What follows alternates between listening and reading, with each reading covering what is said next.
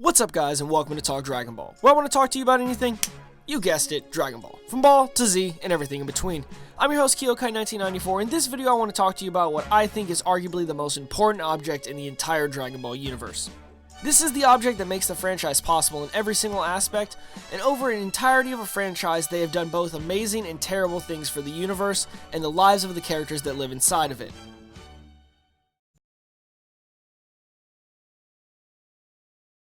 This video will be continuing the talk of important objects in the Dragon Ball franchise. With this installment, I will speak on those magical wish orbs called the Dragon Balls. So, let's get this started. The Dragon Balls are an object used in the franchise to grant wishes for the lucky one who collects them all. Once all the Dragon Balls are acquired and brought together, a dragon can be summoned and your wish can be spoke. The orbs lend their name to the franchise and are included in every installment of the series so far. They come in multiple forms and have a variety of powers and limitations. Without these orbs, we would have no series and nothing to talk about. The Dragon Balls so far in the series have been shown in 4 forms. The Earth Dragon Balls, Namek Dragon Balls, Black Star Dragon Balls, and with the new series, the Super Dragon Balls. The Earth Dragon Balls were originally crafted by Kami, the Guardian of Earth, and housed the Eternal Dragon Shenlong, or Shenron depending on how you pick to experience Dragon Ball. These are the Dragon Balls that we view for most of the span of the series, from the start of Dragon Ball to the point where Kami and Piccolo fuse in Dragon Ball Z during the Cell Saga. After they fuse, the balls become inert and turn to stone until Dende resurrects the balls when he becomes the Earth's Guardian. When the balls are restored by Dende, the number of wishes able to be made from the Dragon Balls goes up to 2 wishes. If a wish has been granted, they do not have to use the following wishes. If they choose not to use the other wishes, the balls scatter and turn to stone, but can be found and used again for the additional wishes after about 4 months. The Earth Dragon Balls are 7 orange crystal balls identified and named by the amount of red stars that lay inside the ball. Through the series, movies, and games, these are the balls we see the most wishes granted with, since the main characters live on the planet Earth. There are limitations to the dragon's powers that I will dive farther into in a video devoted to the dragons themselves. The Earth Dragon Balls with a special phrase can be used to grant great wishes, such as restoring life to one who's lost it or bringing back groups of people who have lost their lives to one individual. We see the resurrection of characters as a very common wish on the Dragon Balls as a whole, but there is a limitation to Shenron's powers. The Great Orbs can also help evil rise very quickly, with the wishes of power being granted instantly, like the first wish to be king before the Dragon Ball series, or even King Piccolo's wish for his youth to be restored in the Dragon Ball portion. After all of the wishes are granted, the balls go inactive, scattering and forming into stone, unable to be used for an entire year. These small balls would spawn several counterparts to come in the franchise, and we will dive into those next. The second set of Dragon Balls that we are introduced to are the Dragon Balls that reside on Namek. These balls hold a different power and limitation compared to the Earth set, being that they were made by the Grand Elder Guru instead of Kami. Purunga is the dragon that is summoned from the balls on Namek. This dragon's power is greater than the Earth's dragon, and the Namek balls play a pivotal role in the Frieza arc of Z. The Dragon Balls are stolen several times, as well as a few wishes.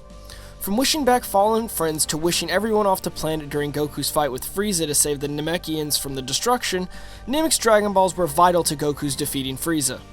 To go along with the astonishing dragon, we have a password that has to be used to wake the beast. The catch is that the words have to be spoken in his native tongue, even though he communicates in the common language and can understand it. So no Namekian, no Wishy. The Namek Balls can be used every 130 days Earth time or 1 year on Namek. Just like the Earth's Dragon Balls, they scatter and turn to stone after the wishes have been fulfilled. In Dragon Ball GT, we are introduced to the Black Star Dragon Balls. These balls were another set on Earth made by the nameless Namekian that were kept locked away for a long time at the lookout until found by Pilaf and his gang. They look identical to the Earth's Dragon Balls, other than the difference in color of the stars. Instead of the usual red that we see on the balls, we see a nice dark black. The series claims that they are far more powerful than the standard Earth set of Dragon Balls and the Namek Balls. The dragon that is housed in these balls is commonly referred to as Ultimate Shenron. After the use of the balls, they disappear across the galaxy instead of just across the Earth, and they do not turn into stone.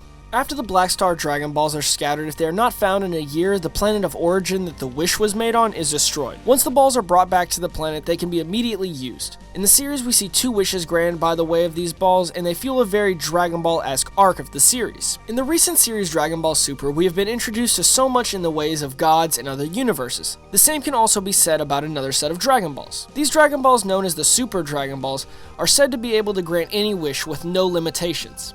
These planet-sized orbs are claimed to be where the Namekian Dragon Balls originally came from. The balls are scattered between Universe 6 and 7 and can be gathered to summon the most powerful of all dragons so far, Super Shenron. Just like the Namek dragon Porunga, he has to be summoned and the wish has to be given in his native tongue. This leaves Whis and Zamasu the only ones to make wishes on the balls, or any other being that knows the language of the gods. Power of the Dragon Super Shenron is unrivaled, opening the opportunity for unthinkable wishes to be able to be made from the Super Dragon Balls. On the other hand, the Super Dragon Balls can be severely detrimental to the universe. Wishes on the Super Dragon Balls can cause events to happen that could possibly conclude drastically, for example, a whole timeline being wiped from existence. Cough cough.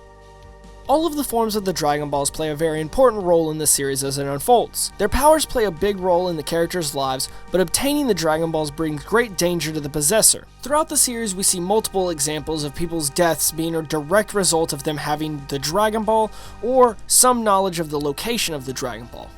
We can justify a portion of all the wishes we see made on the Dragon Balls as good wishes. Wishes made to bring someone back to life or help our main characters out in tough situations. But everything has a price, and just like the Elder Kai says, GT has an arc fueled by the negative energy of the Dragon Balls. When a wish is made, an equal amount of negative energy has to be released, and over the years, with all the wishes made on the Earth's Dragon Balls, from panties to having everybody's minds wiped from the memory of Boo, the negative energy built up until one day, the Dragon Balls cracked. The cracks release smoke, introducing a new dragon into the series, and an arc dominated by multiple dragons that now hold a ball and have to be defeated to gain the ball back. Ultimately, the Shadow Dragon arc is my favorite arc of GT, and another point of how Dragon Balls make the show so unpredictable sometimes. If you've not seen the Shadow Dragon arc, I highly recommend watching it, even if you don't enjoy Dragon Ball GT. The dragons of the arc can be very interesting, and I really wish it was longer so that we got to see even more in-depth into all the different dragons. Again, I just have to reiterate, if there were no Dragon Balls, there would be no series, and nothing for me to examine, and nothing for you guys to listen to. If the Dragon Balls did not exist, our lead characters would have surely never met, and all the wishes that have changed the course of the history of Earth would have never been made. They are the objects that have the most desire, and they fuel the show. The Dragon Balls are as well a very convenient writing tool that can be used to bring instant change to the story for good or for bad. It is a great tool for a writer who likes to take a few days off at the beginning of the week, and then cram all the rest of his work into just a few days. I hope I was able to entertain you guys and maybe tell you something you didn't know about the Dragon Balls. I know I really didn't go over the wishes themselves or a complete extent of the powers and limitations for each dragon, but again, this is because I will be doing a separate video explaining the dragons in full themselves. This video was really about the balls themselves, how the collection of them is what fuels the series, and how important they are to the series. I want you guys to hit the like button if you enjoyed the video and subscribe for more great content from me in the future. I want you guys to tell me all of your favorite moments with the Dragon Balls and your favorite set of Dragon Balls themselves down in the comments below. I also want to hear if you could have a wish granted by the Dragon Balls, what would it be? I want you guys to have a great day, and I'll catch you all next time on Talk Dragon Ball.